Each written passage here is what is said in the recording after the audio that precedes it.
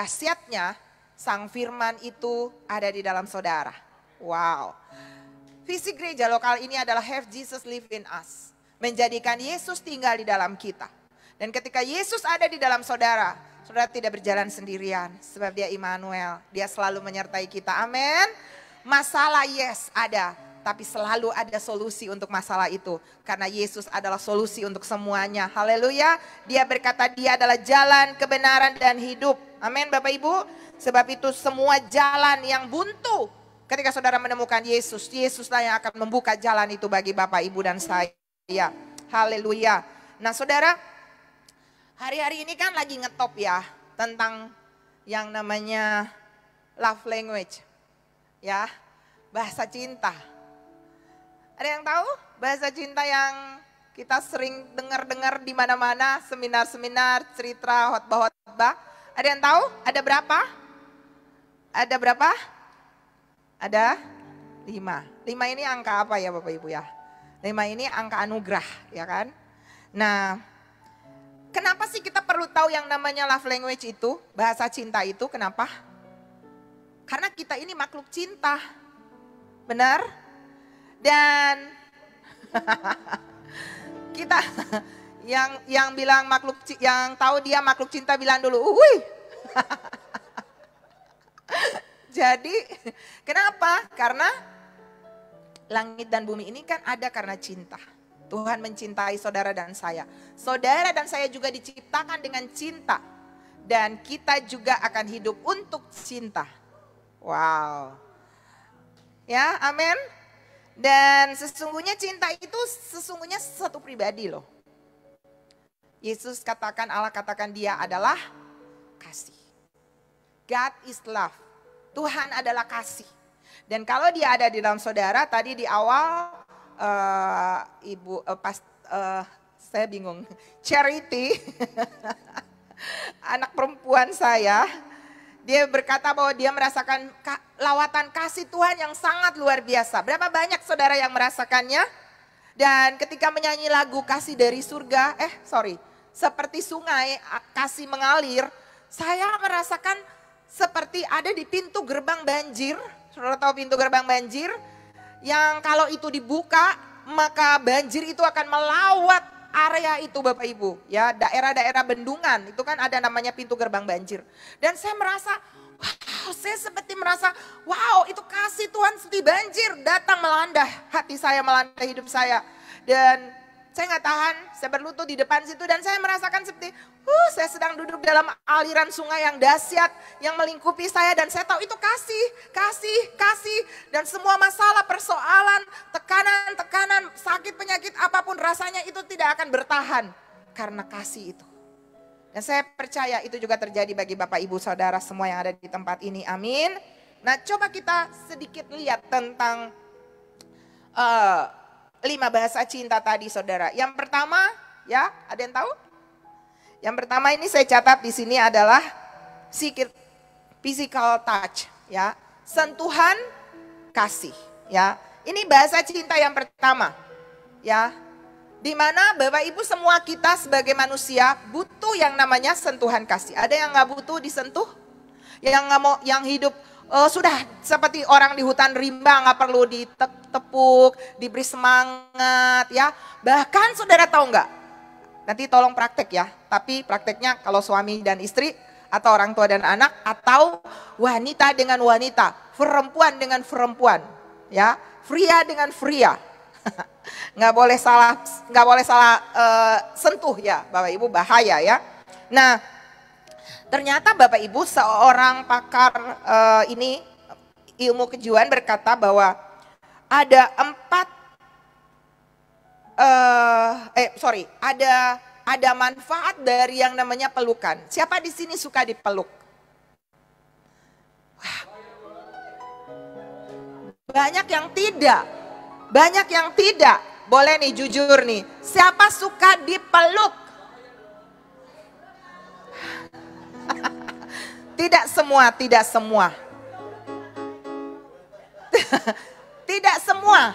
Bahaya kalau tidak. Ya, yang suka dipeluk sekali lagi saya mau tanya, mana lihat tangannya? Wow. Kenapa saudara pelukan itu penting? Ini saya catat ya. Namanya Virginia Satir. Dia mengatakan ada manfaat dari berpelukan, yaitu 4 pelukan sehari. Berapa? 4 pelukan sehari akan membuat kita bertahan hidup. Wow. Cuman bertahan loh. 4 pelukan. Saya mau tanya, siapa yang satu hari ada 4 pelukan? Itu baru bertahan hidup Bapak Ibu. Lah apalagi tidak. Berarti bisa cepat mati dong. kan ini penemuan ya. 4 pelukan sehari itu baru membuat kita bertahan hidup. 8 pelukan sehari itu membuat kita hidup lebih sehat. Wow. Yang mau hidup lebih sehat, ayo mulai lihat istri kanan suami. Pelukan sekarang. Sekarang pelukan dulu, pelukan dulu, pelukan dulu. Ayo berpelukan. Kalau tidak, saya tidak lanjut. Ayo cepat suami istri berpelukan dong. Teletubbies. Dan saudara tahu nggak? Siapa mau awet muda? Siapa mau bahagia? 12 pelukan sehari. Wow. Coba Bapak Ibu bangkit berdiri dulu supaya jangan ngantuk. Mari bangkit berdiri. Dan coba musik bantu saya. Tahu lagu Teletubbies nggak?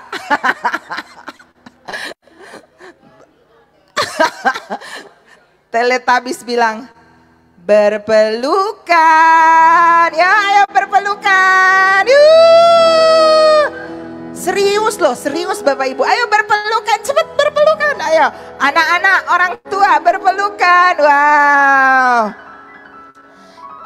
Itu tandanya saudara mau awet muda bahagia. Oke, terima kasih Bapak Ibu yang sudah Teletubbies siang ini. Nanti saudara bisa lupa misalnya sharing saya yang lain, tapi jangan lupa Teletubbies ya. Setiap hari di rumah ayo berpelukan dengan pasangan hidupmu. Amin. Karena itu adalah satu bagian di mana akan mengeluarkan hormon-hormon baik yang membuat kita lebih sehat, lebih awet, dan lebih bahagia. Wow. Kemudian yang kedua, bahasa kasih yang kedua itu apa Bapak Ibu? Kalau yang tadi sentuhan kasih, yang kedua ini adalah quality time. Ya.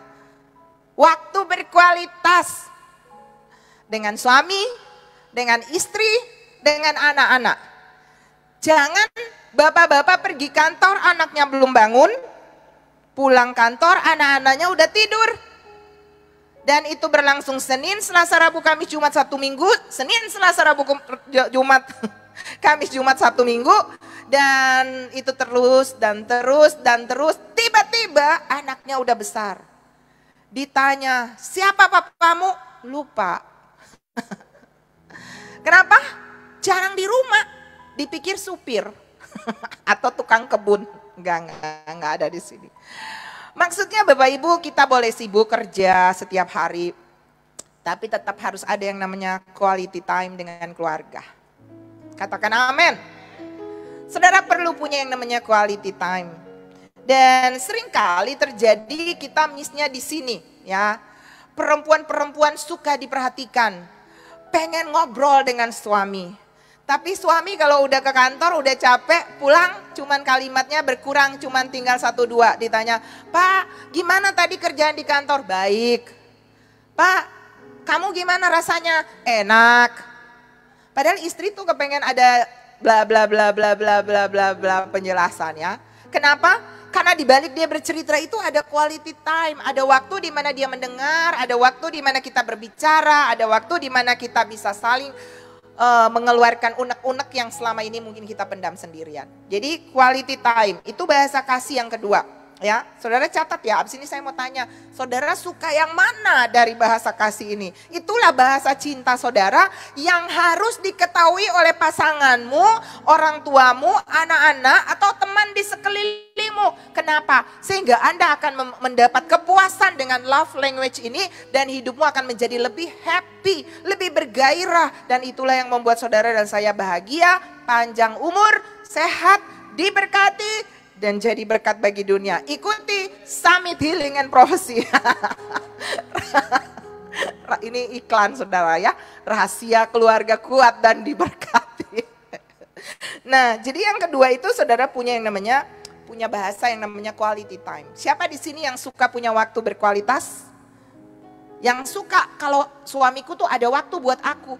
Yang suka istriku ada waktu buat aku. Yang suka orang tua ada waktu buat aku. Yang suka temanku ada waktu buat aku. Siapa yang suka? Saya yakin semua kita pasti mau, ya kan? Yang ketiga saudara, acts of service, ya. Tindakan dalam melayani, ya. Bukan cuman kata-kata, tapi action, ya.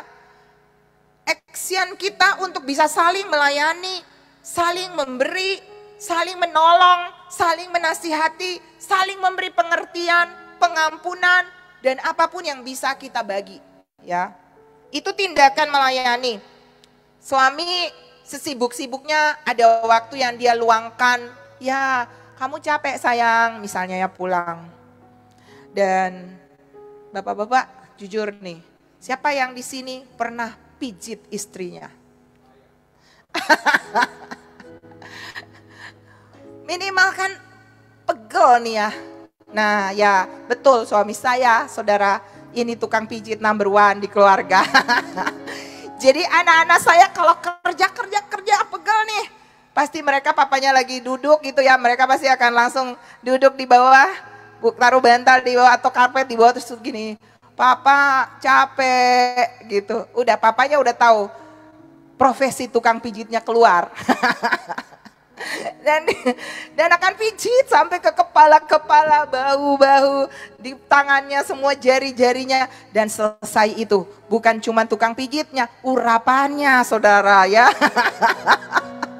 Jadi akhirnya, wah saya bayangkan mungkin dia pijit sambil bahasa roh, darah pasti karala pasti. Jadi abis itu benar saudara, benar rasa lebih segar ya. Itu pelayanan ya. Bapak-bapak pulang ke rumah, ya dia lagi capek, jangan berondong lagi dengan banyak pertanyaan. Sayang mau kopi? Kalau suami saya nih enak saudara ya, nggak perlu bikin kopi, cuma tinggal online.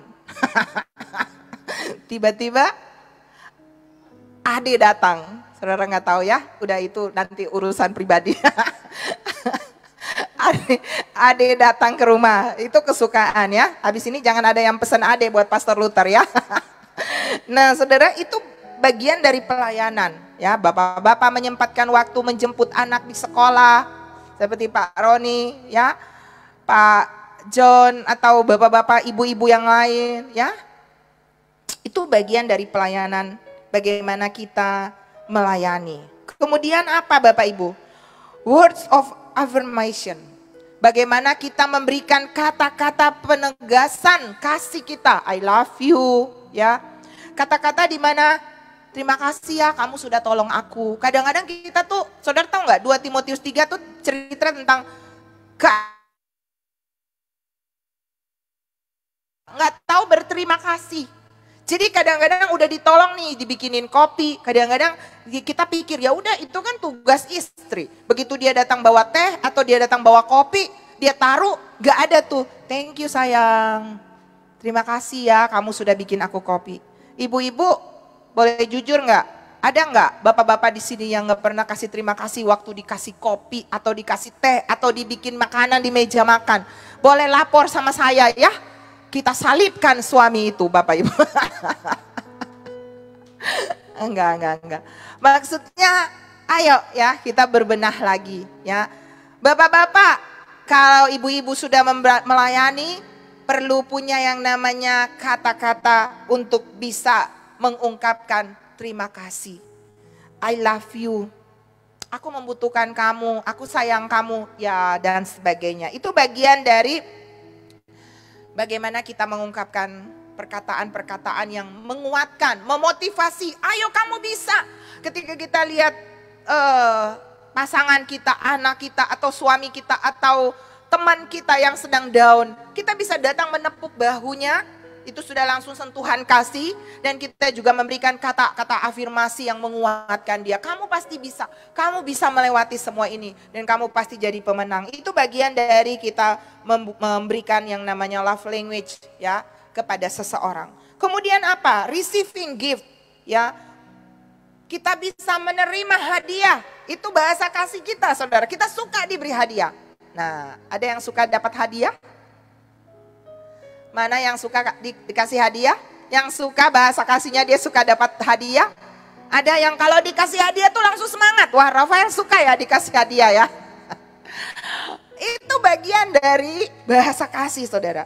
Nah, kita kenapa perlu tahu kita itu bahasa kasihnya apa? Tapi lebih daripada kita pengen tahu apa bahasa kasih kita perlu tahu bahasa kasih orang-orang di sekeliling kita. Hidup kita ini bukan take and give. Bukan menerima baru memberi. Tapi hidup kita ini adalah give baru kita menerima. Apa yang kita tabur itu yang kita tuai. Bagaimana kita mau memberi? Kita memberi ketika kita tahu orang itu butuh apa. Benar nggak? Benar kan? Kita mau kasih misalnya nih, saya mau kasih coklat. Tapi kalau orang itu nggak suka makan coklat atau kalau dia ada masalah dengan pencernaan, kan saya kasih racun buat dia. Benar nggak? Artinya itu bukan kebutuhan dia. Jadi kalau kita mau jadi orang yang suka memberi, kita mau jadi orang yang punya kasih Tuhan, maka kita tentunya harus tahu apa kebutuhan orang-orang di sekeliling kita. Dan salah satu kebutuhan itu yaitu tadi love language itu. Sebenarnya ini ada kuisnya ya, cuman saya nggak punya waktu. Satu waktu nanti kita coba ya, Bapak Ibu isi. Jadi Bapak Ibu tuh tahu saya ini love language-nya apa. Ketika Bapak Ibu tahu love language-nya, yang nanti dikasih tahu suami atau istri ya satu dengan yang lain saling tahu. Oh, anak saya ternyata sukanya ini.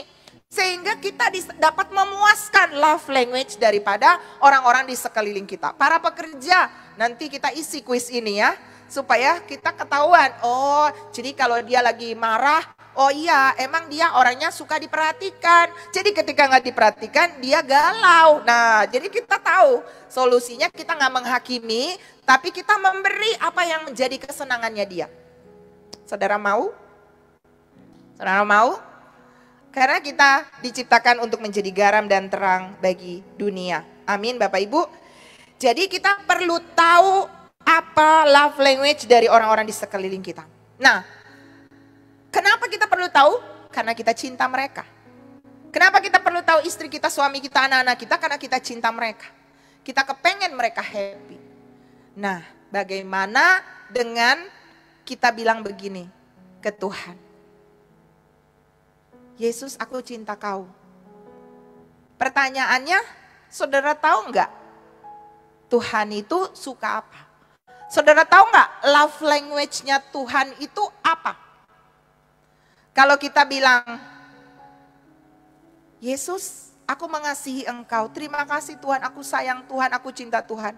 Berarti kita perlu tahu nih, apa love language-nya Tuhan. Tadi kan saya bilang, tujuan kita tahu love language seseorang, supaya kita bisa memuaskan dia, menyenangkan dia, membuat dia happy. Dan ketika kata suami saya nih, happy life, happy wife, happy life. Itu statement suami saya. Apa Pak? Happy wife, happy life katanya. Istri yang bahagia, suami bahagia. Statement saya, happy husband, happy life. Anak-anak, happy orang tua, happy kita. Benar? Orang tua, happy anak-anak, happy kita, benar nggak? Bahagia anak-anak, bahagia kita. Jemaat, happy temanmu, happy kita juga. Benar? Benar? Karena firman Tuhan bilang begini, apa yang kamu pengen orang lain lakukan kepadamu, lakukan dulu kepada orang itu. Dan ketika saudara menabur, saudara pasti menuai. Saudara menabur kasih, saudara pasti tuai kasih. Saudara menabur kebaikan, pasti saudara tuai kebaikan. Amin. Sebab itu mari belajar untuk bagaimana kita menyenangkan orang-orang di sekeliling kita. Dan terpenting di atas semuanya adalah bagaimana kita menyenangkan Tuhan. Kadang-kadang manusia bisa menyebalkan bagi kita. Tapi kalau saudara fokus, ya udah deh, kan Tuhan bilang begini, ampunilah mereka yang menyakiti kamu. Kasihilah musuhmu dan berkatilah mereka yang menganiaya kamu. Susah enggak? Susah. Orang fitnah kita, orang hianati kita, orang marah kita, suami pergi dari rumah, bikin jengkel, bikin kesel. Saudara bisa ampuni enggak? Secara daging susah. Tapi kenapa Bapak Ibu mau melakukannya? Karena kita cinta Tuhan. Ketika kita fokus, ya Tuhan yang penting engkau happy deh. Saudara bisa melakukannya. Jadi kekuatan cinta itu wow, powerful sekali. Ibu-ibu, kenapa Anda mau pikul tambur 9 bulan? Kalau yang hamil, ya kan? Jalan pikul tambur, gendut, hamil maksudnya. Saudara bayangkan pikul tambur seperti apa ya? Jalan kemana-mana pikul tambur 9 bulan, badan yang tadinya langsing jadi langsung. Kenapa kita mau? Karena kita mencintai anak kita. Kenapa kita mau untuk mempertaruhkan nyawa kita untuk melahirkan anak-anak? Karena cinta. Udah satunya setengah mati, kedua lagi muncul. Ada yang 4. Wow. Ibu Yola 3. Ntar lagi 1 lagi ya Kak, Bu. Kenapa kita mau susah-susah? Ya, karena cinta. Benar enggak? Bapak-bapak, kenapa Anda mau kerja, banting tulang, melakukan apapun? Karena cinta kepada keluarga. Nah saudara, kalau kita tahu bahwa Tuhan suka apa, maka saya percaya kita pasti akan mau untuk membalas cintanya. Kenapa? Kenapa saudara? Karena Tuhan telah lebih dulu mengasihi kita. Kita mengasihi Tuhan bukan supaya kita dapat cintanya, benar enggak?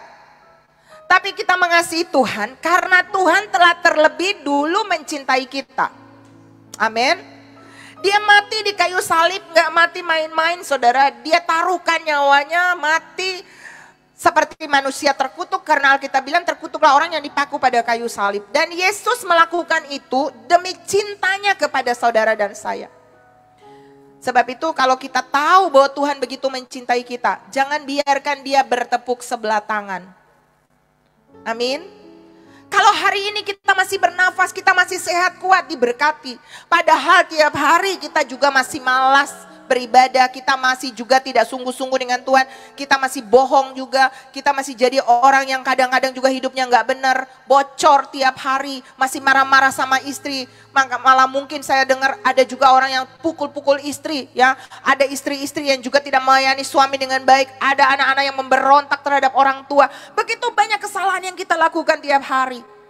Dan kalau kita mau deal, sesungguhnya kita nggak layak menerima semua kebaikan dari Tuhan. Tapi kalau sampai hari ini Tuhan masih memberkati Bapak Ibu Saudara dan saya, itu bukti kasih tanpa syaratnya bagi kita. Ingat, kasih Tuhan itu tidak bersyarat, tapi janjinya bersyarat. Amin. Sebab itu untuk saudara dan saya menerima janji-janji Tuhan di dalam firman-Nya, maka saudara harus hidup melakukan apa yang menjadi perintah-Nya. Salah satunya adalah Yesus telah mati menebus dosa kita. Apa yang harus kita lakukan untuk kita bisa menerima penebusannya itu dalam hidup kita? Perbuatan baik manusia itu cuma seperti kain lara. Tapi dengan percaya kepadanya, yakin dia satu-satunya Tuhan dan juru selamat dalam kehidupan saudara dan saya, katakan amin. Maka keselamatan itu menjadi milik saudara dan saya. Hidup kekal jaminan. Gak ada kata moga-moga kamu mati masuk surga atau neraka. Gak ada kata moga-moga masuk surga. Gak ada. Semoga itu semua mogok dan gagal. Tapi di dalam Tuhan ada kepastian. Katakan amin. Berapa banyak saudara yang percaya keselamatan kekal jaminannya ada pada saudara? Tepuk tangan bagi Tuhan kita. Dan itu hanya didapat di dalam juru selamat dunia, yaitu Tuhan Yesus Kristus.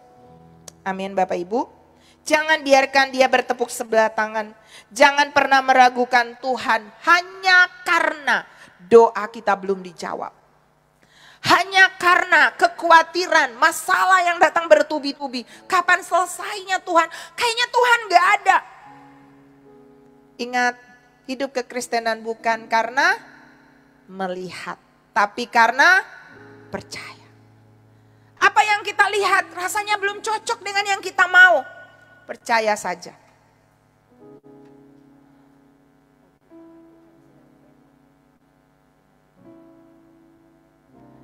Ketika keadaan tidak sesuai dengan harapan kita. Ini mau dibawa kemana ya hidup ini kira-kira? Kita udah doa, Tuhan belum jawab ya. Sakit belum sembuh ya. Masalah masih ada ya. Kalau kita bilang kita percaya sama Tuhan, kita bisa nyanyi gini. Tangan Tuhan sedang merendah suatu karya yang saatnya kan tiba nanti. Kau lihat pelangi kasih-Nya.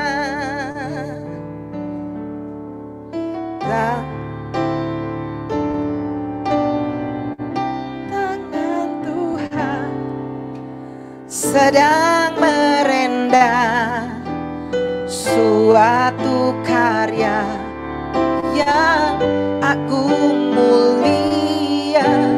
Saatnya kan tiba nanti. Kau lihat pelangi kasih-Nya. Kadang-kadang hari ini kita doa, kita mau besok tuh Tuhan jawab. Tapi sesungguhnya Tuhan itu kalau mau jawab doa saudara, bisa enggak? Bisa. Secepat apa? Secepat kilat. Kan semua yang ada ini Dia ciptakan cuma dengan firman. Jadi matahari, jadi. Tumbuhan jadi. Sakit sembuh, bisa sembuh. Masalah selesai, bisa selesai. Tapi kenapa ya Tuhan itu izinkan kok belum selesai? Karena saudara dengar, lebih daripada sakit disembuhkan, bisnis diberkati, Tuhan mau saudara diproses menjadi indah. Bayangkan Tuhan sedang merendah, membuat saudara menjadi ciptaan yang indah, menjadi calon-calon mempelai Kristus yang kudus tanpa cacat celah. Aku ini masih suka marah. Saudara, saya anak yang manja karena paling kecil. Saya anak yang baper, suka bawa perasaan. Dan Tuhan izinkan masalah-masalah datang dalam kehidupan saya. Dan kalau saya renungkan berapa tahun lalu dengan sekarang. Dulu saya lihat orang gak senyum, saya nangis. Biasanya suami saya bilang, jangan suka menangisi diri sendiri. Jangan suka mengasihani diri sendiri. Saya suka marah sama suami saya bilang, ini kayak monster. Gak punya perasaan. Orang sedih, kok dibilang gak boleh nangis? Katanya tangisi jiwa-jiwa, jangan tangisi diri sendiri. Awalnya saya marah saudara. Saya sampai bilang, ini saya menikah sama monster gak punya perasaan. Tapi kemudian lama-lama saya pikir, iya ya. Tuhan Yesus gak datang menikah sama anak-anak.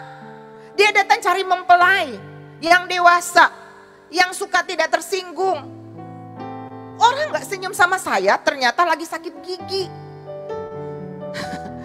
Kok jadinya karena baperan dipikir lagi marah sama saya. Dan hari berganti hari saya bersyukur untuk Tuhan menetapkan saya ada di kota di Makassar. Dulu waktu saya datang di situ, saudara saya sempat ngomongnya kenceng-kenceng. Ada orang Makassar di sini ya, Ibu. Ngomongnya kenceng-kenceng, saya pikir wah marah. Ternyata enggak, saudara. Memang omongannya begitu. Lalu Lama-lama saya ada di sana, dulu saya minta pindah. Berkali-kali saya bilang sama suami saya, aduh berdoa deh kita pindah dari sini, aku gak tahan di sini. Rasanya udah berdarah-darah, disakiti. Padahal sekarang baru saya lihat, dulu-dulu tuh ya saya tuh lebay. Iya benar saudara, lebay.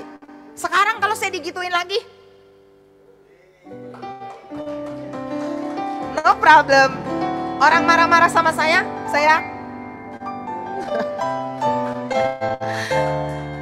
itu lewati proses, saudara, lewati proses berdarah-darah. Saya pernah depresi, saya pernah depresi terselubung, gak tidur berhari-hari. Karena baper. Dan kalau saya gak tidur, saya tuh bilang suami saya, temenin.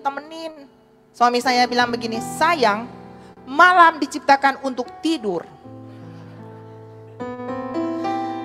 Saya lihat, ini benar-benar orang gak punya perasaan. Dia gak tahu saya sedang berjuang gak bisa tidur. Tapi justru saya bangun malam-malam, saya ambil gitar, Tuhan suruh saya bangun. Saya akhirnya bertemannya sama siapa? Sama gembalaku yang baik.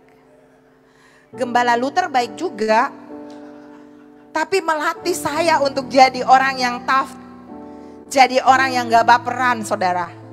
Dan sekarang saya jadi orang yang masih baper gak? Suami saya geleng, yeay, puji Tuhan. Ada juga sih dia terlalu baik ya, enggak, masih ada juga, tapi enggak seperti dulu, saudara. Dan saya ingat saya bangun malam-malam, saya berdoa, saya bilang, Tuhan, kata suamiku, hambamu itu malam diciptakan untuk tidur. Jadi saya mau tidur, tapi kenapa saya nggak bisa tidur? Otak ini overload, saudara ya. Mikir yang nggak perlu dipikirin. Dan apa yang terjadi, saudara? Saya nyembah. Saya dapat lagu, sayangnya Kia nggak tahu lagu itu. Tapi ketika saya nyanyi lagu itu, akhirnya saya bisa tidur. Sampai sekarang duduk-duduk pun bisa tidur. Gak pakai obat-obat tidur. Itu karena apa? Mau dilatih dengan love language-nya God. Nah itu bahasanya kayak apa tuh? God's love language. Ya, bahasa cintanya Tuhan itu apa, saudara? Nah kita lihat ya. Sesungguhnya Tuhan turut bekerja, Roma 8 ayat 28. Tuhan turut bekerja dalam segala hal. Coba multimedia tampilkan. Roma 8 ayat 28. Tuhan turut bekerja dalam segala hal untuk mendatangkan apa Bapak Ibu? Kebaikan. Bagi siapa? Mereka yang mengasihi Dia, yaitu bagi mereka yang terpanggil sesuai dengan rencana Allah. Wow. Jadi di balik gak bisa tidur, di balik proses yang berkepanjangan yang belum selesai, apakah ada Tuhan di sana? Ada. Bagi siapa? Tidak bagi semua orang. Tapi Roma 8 ayat 28, bagi orang-orang yang apa saudara? Mengasihi Dia. Jadi bagi orang-orang yang mengerti bahasa cinta Tuhan dan mau balas cinta Tuhan, tidak membiarkan dia bertepuk sebelah tangan. Artinya kita mau mencintai Tuhan dan kita mau belajar apa love language Tuhan. Dan kita masuk untuk menyenangkan Dia dengan apa yang kita tahu itu baik. Itu adalah salah satunya. Wahyu pasal 3 ayat yang ke-19. Ini bahasa cinta Tuhan, saudara. Barang siapa ku kasihi, ia ku tegur dan ku hajar. Sebab itu relakanlah hatimu dan bertobatlah. Jadi yang pertama saudara, ternyata love language-nya Tuhan itu adalah apa? Dikatakan di sini apa? Apa Bapak Ibu? Teguran dan hajaran.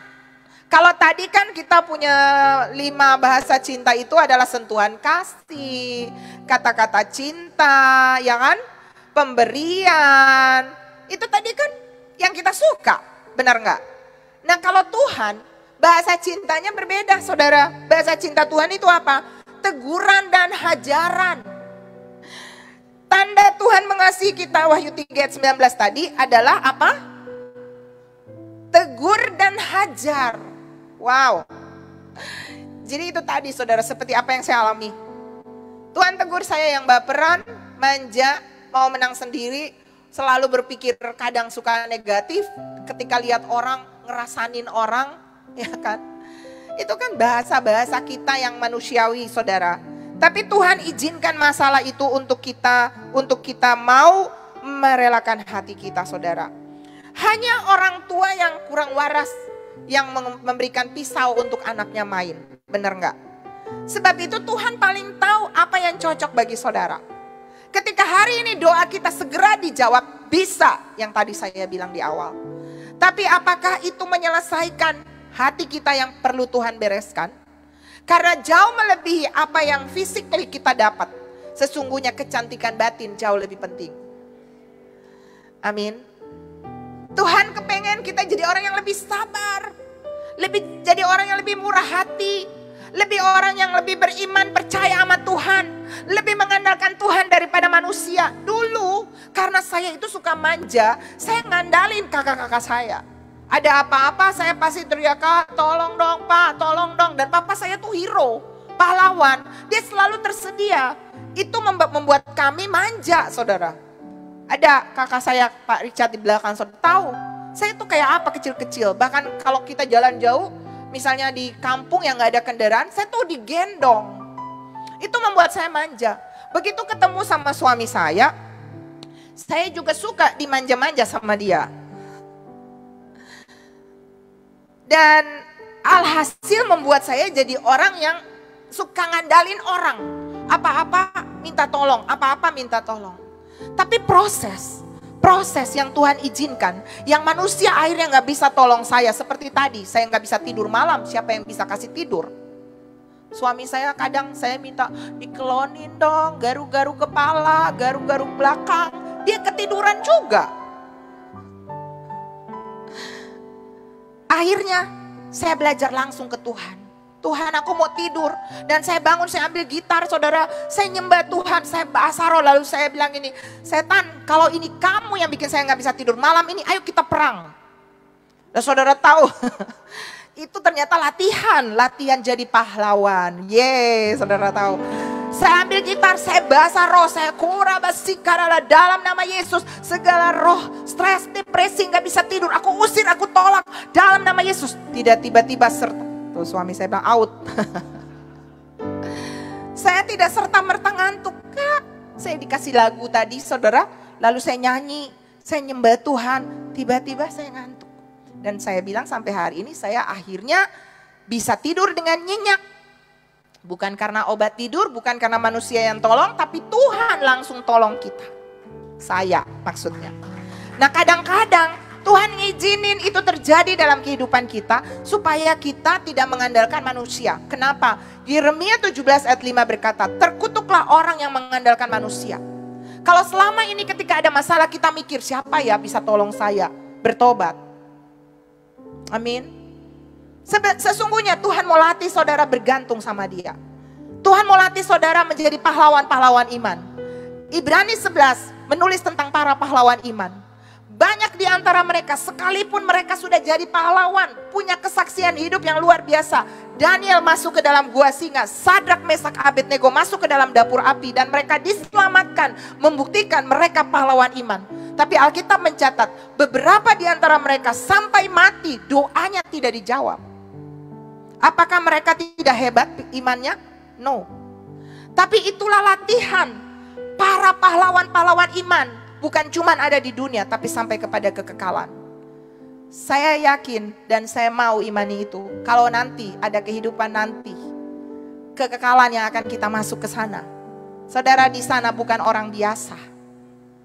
Dan latihan orang biasa dengan pahlawan iman berbeda. Kalau saudara mau hidup nyaman-nyaman sekarang, silakan saja. Tapi nanti di dalam kekekalan, saudara jadi orang biasa.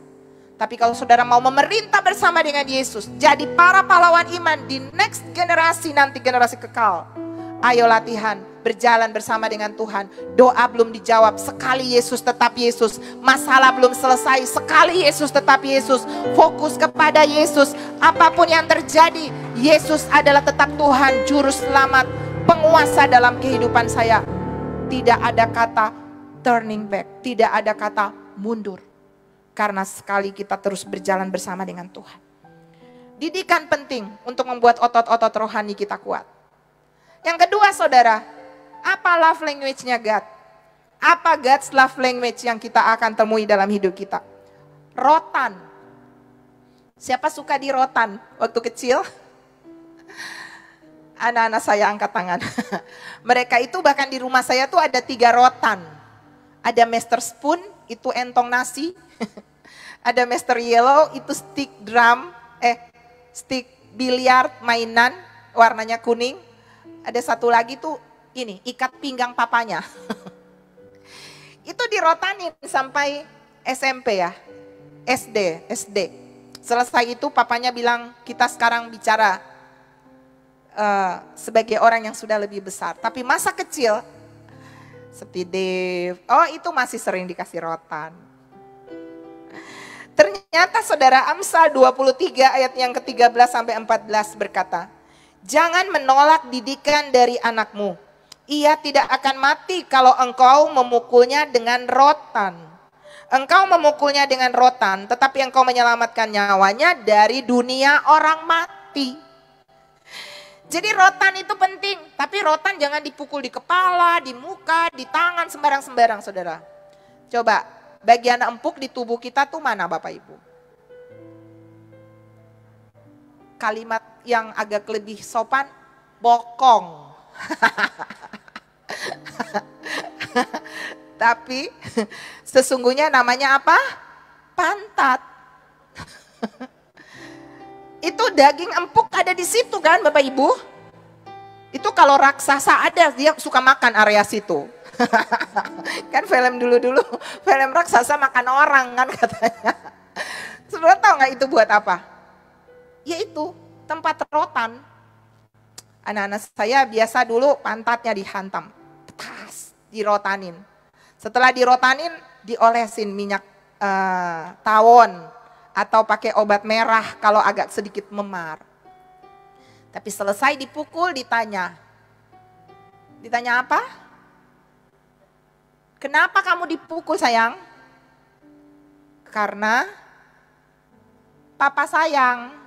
Nah, itulah love language Tuhan dan juga love language orang tua.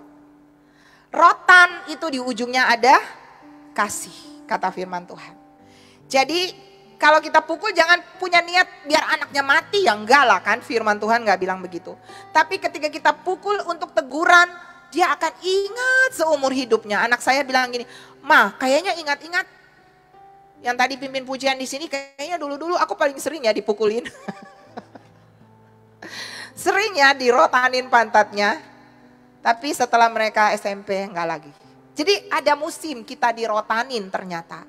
Dan Tuhan sering mengizinkan ada rotan-rotan melalui masalah datang dalam kehidupan kita. Dan sesungguhnya itu adalah bentuk Tuhan mau menyelamatkan kita dari dunia orang mati. Amin. Buat apa kita hidup senang-senang, apapun yang kita inginkan terjawab. Tapi kita akhirnya jadi orang yang tidak hidup di dalam jalurnya Tuhan. Bukankah jalan lebar itu banyak orang melaluinya? Karena enggak ada masalah di sana. Kalau saudara lihat orang-orang di luar sana, kok kayaknya nggak ada masalah. Mereka lebih diberkati, mereka lebih sukses. Kok kayaknya mereka masuk jalan tol.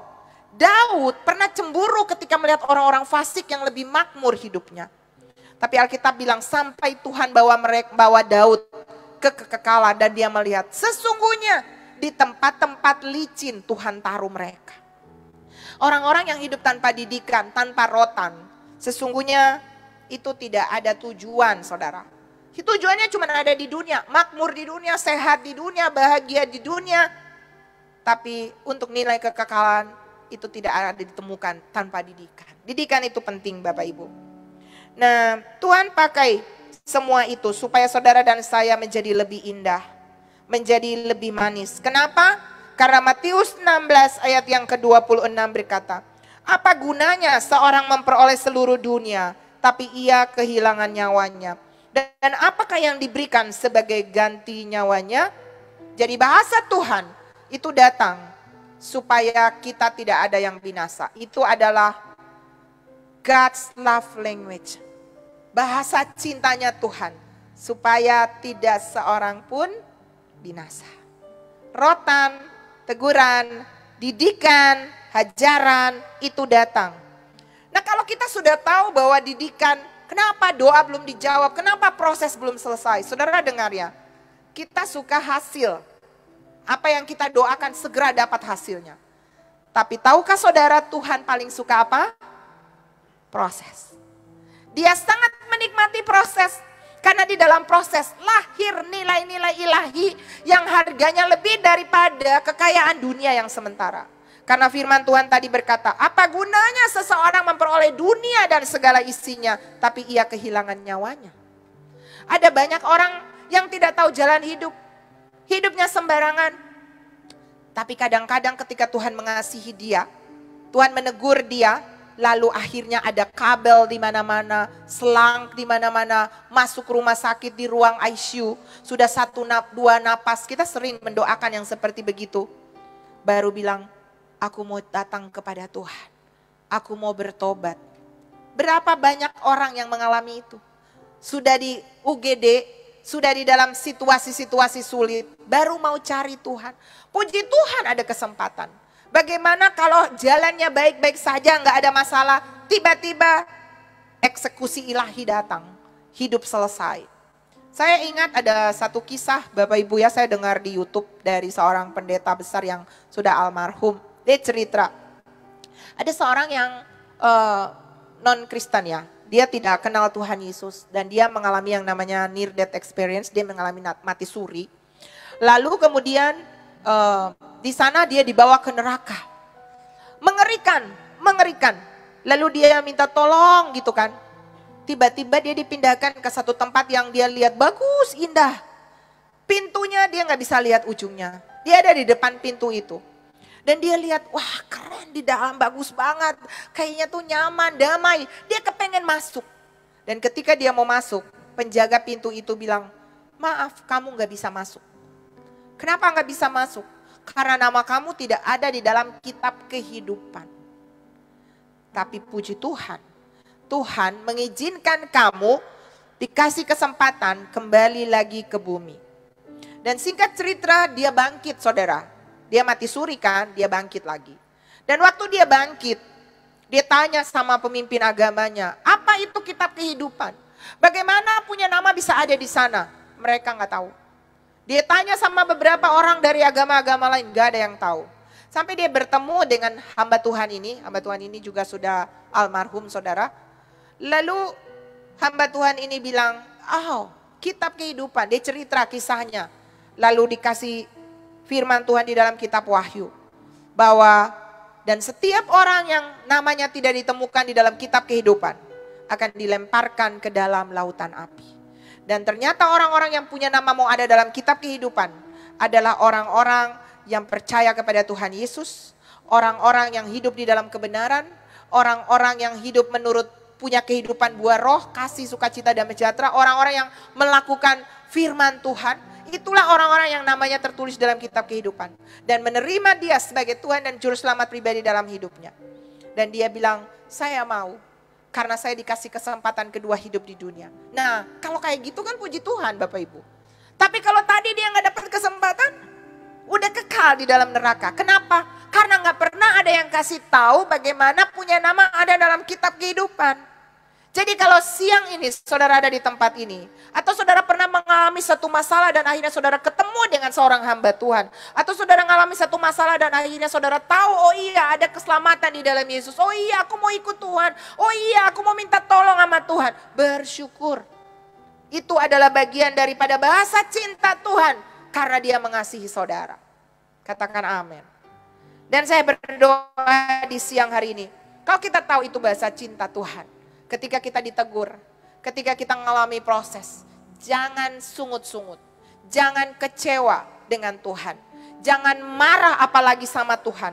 Tapi Alkitab berkata seperti di dalam Wahyu tadi 19 tadi Bapak Ibu berkata, relakanlah hati dan bertobatlah. Jadi kalau teguran Tuhan datang dalam hidup kita, gak usah marah-marah, gak usah sungut, komplain sama Tuhan. Tapi dikatakan relakanlah hatimu dan bertobatlah. Jadi yang kita harus lakukan apa? Relakan hati. Ketika kita merelakan hati, apa gaya hidup yang harus kita tonjolkan? Bersyukur. Bersyukur. Bersyukur. Bersyukurlah. Bersyukur karena kasih setiamu. Ku sembah, ku sembah, ku sembah, dan ku sembah selama hidupku. Ku sembah Kau Tuhan. Bersyukurlah dalam segala keadaan, kata firman Tuhan. Amin. Setujulah dengan Tuhan. Beranilah seperti Sadrak, Mesak, dan Abednego yang bilang begini. Sekalipun kau tak menjawabku, sekalipun kau tak lepaskanku, namun ku akan tetap menyembahmu, takkan ku tukar dengan apapun. Bagiku hanya Kaulah Tuhanku, tiada Allah lain dalam hidupku. Takkan berhenti, ku kan memujimu, takkan ku berhenti menyembahmu. Banyak orang tukar Tuhan untuk uang, menyangkal Tuhan untuk cewek cantik, menyangkal Tuhan untuk cowok ganteng, menyangkal Tuhan untuk posisi.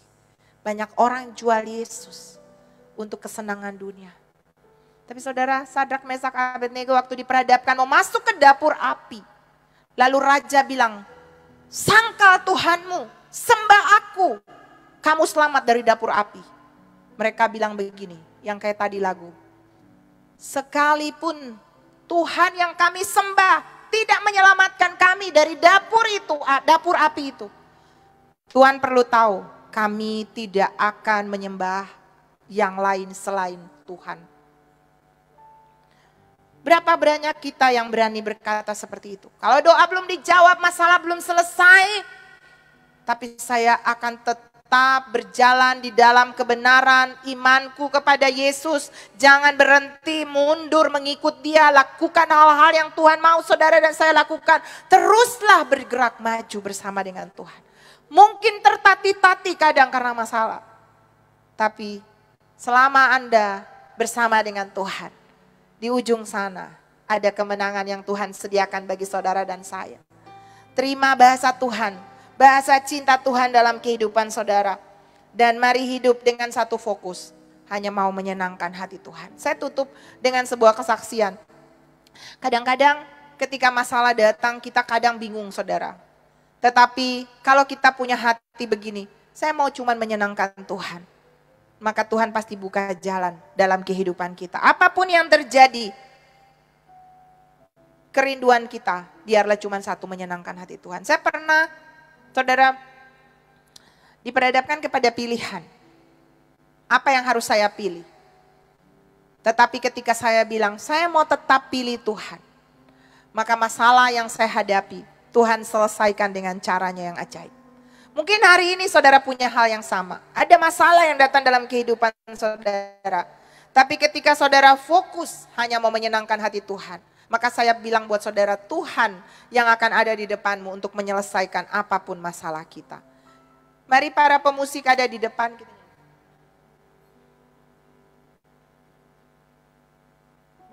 Mari Bapak Ibu, kita bilang sama Tuhan, bahwa kita cuma mau menyenangkan Dia. Jangan biarkan Dia bertepuk sebelah tangan. Sambut bahasa cintanya kalau Dia sedang menegur Anda. Kalau Dia sedang mendidik kita. Tetap yakin bahwa Roma 8 ayat 28 turut bekerja Tuhan di dalam segala hal untuk mendatangkan kebaikan bagi kita. Amin. Yang penting adalah kita tidak berhenti, tetap hidup di dalam kebenaran. Kita nyanyikan pujian ini. Tuhan, ku mau menyenangkan-Mu. Tuhan, bentuklah hati ini jadi bejana untuk hormat-Mu. Cemerlang bagai emas murni. Tuhan, ku serahkan hidupku, semua ku berikan padamu. Kuduskan dengan tulus selalu, agar aku menyenangkan-Mu. Mari bangkit berdiri, katakan, menyenangkan-Mu, senangkan-Mu, hanya itu kerinduanku. Menyenangkan-Mu, senangkan hatimu, hanya itu kerinduanku. Sekali lagi katakan, yes Tuhan, senangkan-Mu, hanya itu kerinduanku. Menyenangkan-Mu, senangkan hatimu, hanya itu kerinduanku. Bapak Ibu, siang ini Bapak Ibu yang sedang ada di tempat ini atau yang melalui online, saudara yang sedang mengalami begitu banyak masalah, bahasa kasih Tuhan yang sedang mendidik saudara, dan rasanya saudara nggak mampu hadapi semua itu. Tapi siang ini dengarkan bahwa Tuhan menawarkan kasih-Nya kepada saudara. Mari siang ini saudara buka hati di hadapan Tuhan, dan saudara mau bilang, Tuhan, aku mau setuju dengan Engkau. Aku mau bersyukur untuk semua proses yang sedang terjadi dalam hidupku. Dan aku mau tetap bilang, Tuhan itu baik. Apapun yang terjadi, Tuhan itu baik. Saudara angkat tangan kepada Dia. Tuhan, Engkau lihat tangan anak-anak-Mu yang terangkat kepadamu. Kami mau setuju, Tuhan sedang mendidik kami. Kami tetap percaya Engkau sedang merenda sesuatu yang baik, yang indah, yang mulia, untuk mendatangkan masa depan yang penuh harapan kepada kami, yang mengasihi Engkau, yang berharap kepada Engkau. Kami mau tetap yakin waktu-Mu itulah yang terbaik bagi kami. Tolong Tuhan, kuatkan anak-anak-Mu dalam proses yang mereka sedang jalani. Kekuatan Tuhan turun bagi mereka. Mereka tetap bertahan bersama dengan Engkau. Mereka tetap maju bersama dengan Engkau. Mereka tetap kuat di dalam Engkau. Dan aku percaya kasih-Mu cukup bagi kami. Kasih yang sempurna melenyapkan ketakutan. Kasih yang sempurna melenyapkan kekhawatiran. Kasih yang sempurna melenyapkan segala kebimbangan di hati kami. Kami katakan hati kami adalah hati yang tetap mempercaya, penuh dengan kasih kepada Tuhan. Apapun yang terjadi, Yesus pasti menolong kami. Terpujilah nama-Mu Tuhan. Hamba selesai, tapi Roh Kudus jangan berhenti. Teruslah kuatkan anak-anak-Mu dalam nama Tuhan Yesus. Haleluya. Amin. Kita akan berjamuan. Bapak Ibu boleh duduk.